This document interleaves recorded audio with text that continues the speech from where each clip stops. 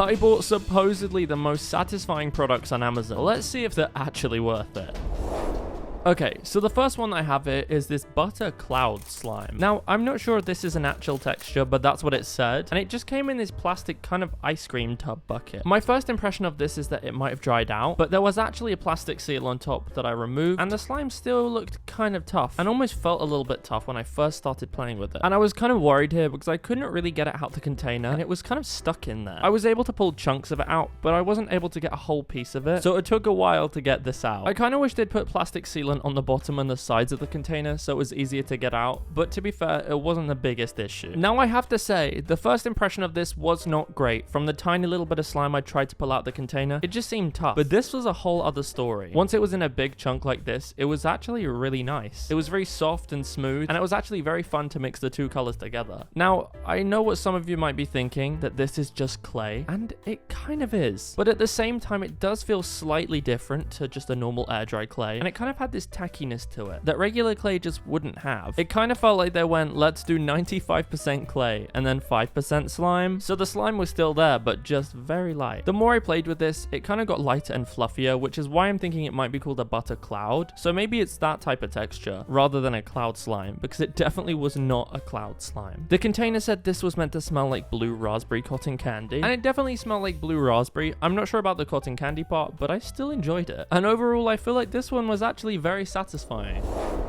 Next up, we have this thing called Sandy Ooze. Now, honestly, I had no idea what this was. I just thought the packaging was cool and I was intrigued, so I bought it. But I have to say, I was a little disappointed when it arrived. It just came in this plastic tray and there was no real way to store it other than the plastic bag they just shoved in the back of it. It just felt a little bit lazy. Now, I was disappointed in the packaging, but the actual product itself was pretty cool. It was almost like a cloud slime rather than kinetic sand, and it was stretchy and fluffy, but also not as fluffy as a cloud slime. It was unique. I feel like this is exactly what a sand slime is meant to be. And after working with slime for years, this is the first time I've ever felt something like this. So it was definitely fun to try something new out. Although it was pretty stretchy, I feel like it just stopped stretching at a certain point when you pulled it. And I'm not sure if it's due to the sand that's in it or if it's the slime behind it. It'll be interesting to see if I can change this up in a fixing video, because I also want to fix the fact that it leaves some residue on the table and kind of sticks to your hands. This wasn't meant to be scented, but I do kind of wish it had a scent. I feel like the color is so bright for it to not have a scent seems like a shame. But other than the fact that the packaging was pretty poor, I do really like this. I wouldn't say I need to fix it, but it'll be interesting to see what I can make of this in my next fixing video.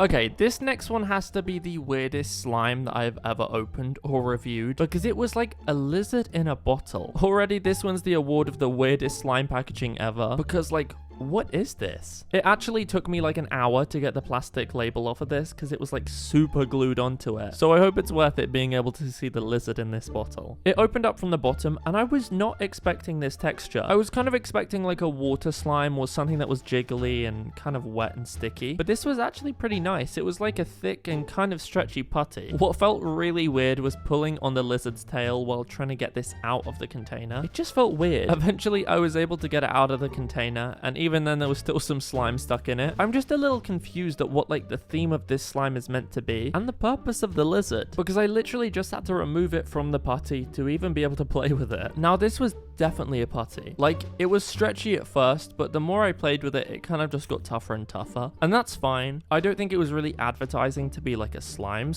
and it was kind of just interesting to play with. I did end up putting the lizard back on top to see if it would make any difference to the texture, like whether it would be like satisfying to like peel it and wrap it up in, but no, it didn't really do anything. But I will say it was unique and did kind of look cool. Like, this definitely stood out to me, because I'm not gonna forget the cool packaging and also just the lizard. I rolled it up and tried to put it back in the container. This itself was a challenge, especially with the lizard in it, but eventually it got in and I sealed it shut. And I have to say, I feel like this one was strangely satisfying.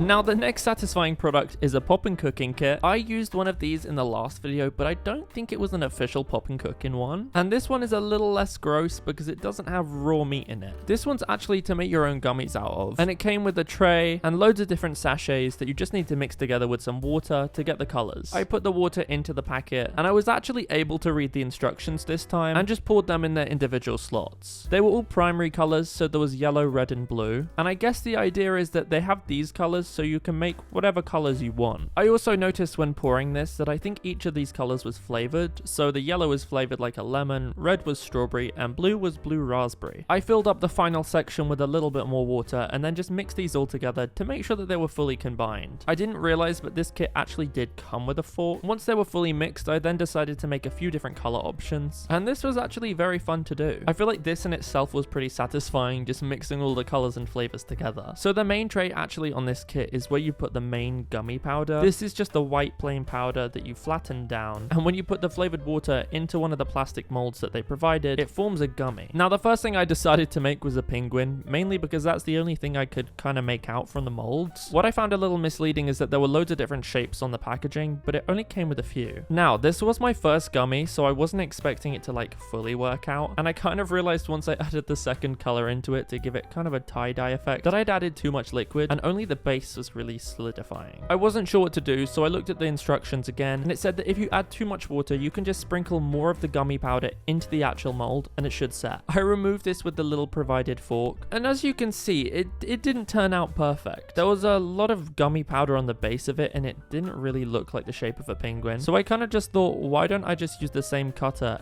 and cut this out to make it neater? And again, it kind of worked. It just looked a little scruffy. There was actually a little face kit for the penguin and just one little foot, so I made those. I don't know why I decided to make the eyes look yellow. I feel like I probably shouldn't have done that because penguins' eyes aren't yellow. Actually, I'm not sure what color penguins' eyes are. These actually set a lot better than the main penguin, so I removed those and put them onto it. This was a struggle because all of this gummy stuff is very sticky, so it sticks to your fingers, and when assembling it, it's hard not to move different pieces. And this is the final penguin result. I just want to say that this is not my proudest work. It's definitely kind of a penguin, but at least it tasted good. There was actually a ton of stuff left over, so I decided instead of using the molds, I should just put some color into it, kind of make like a tie-dye pattern, and make just like one big gummy from all of the powder, and use the little cookie cutters to cut out the shapes. I think I added a little bit too much water because even this wouldn't set, so I flipped it round and absorbed as much of the powder as I could, and it kind of made like a rainbow gummy slab. I don't know what this was. I used one of the fish gummy cutters and just made this little fish, which was actually kind of cute, but then I was just left with a load of this random gummy stuff that I wasn't sure what to do with. I think I could probably be neater if I practiced, but this was definitely satisfying. Well, this was so much fun. I love testing out these satisfying products and seeing which ones were actually satisfying. I think we did pretty well this video, and a lot of them were, but if you want to see more videos like this, make sure to give this video a thumbs up and hit subscribe. Until then, I'll see you in the next one.